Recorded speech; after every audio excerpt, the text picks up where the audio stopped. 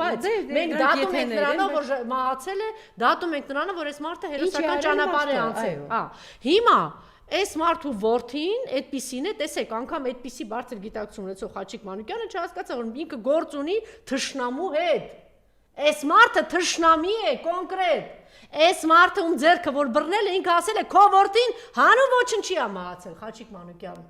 Այս մարդուկինն ասել է հանուն ոչնչի է գնացել։ Այս մարդուկինն ասել է այն հայրը, ընդ որում Խաչիկ Մանուկյանի որդին, ինքը իրական հերոս է, որտեվ նա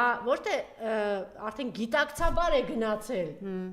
30-ի մոտ տղա ինքը գիտակցաբար է գնացել դրան եւ միջև վերջին պահն է մնացել Շուշիում է եղել գիտակցաբար է գնացել եւ իրան ասում է այդ Արցախը թշնամուն է եւ այդ սրիկան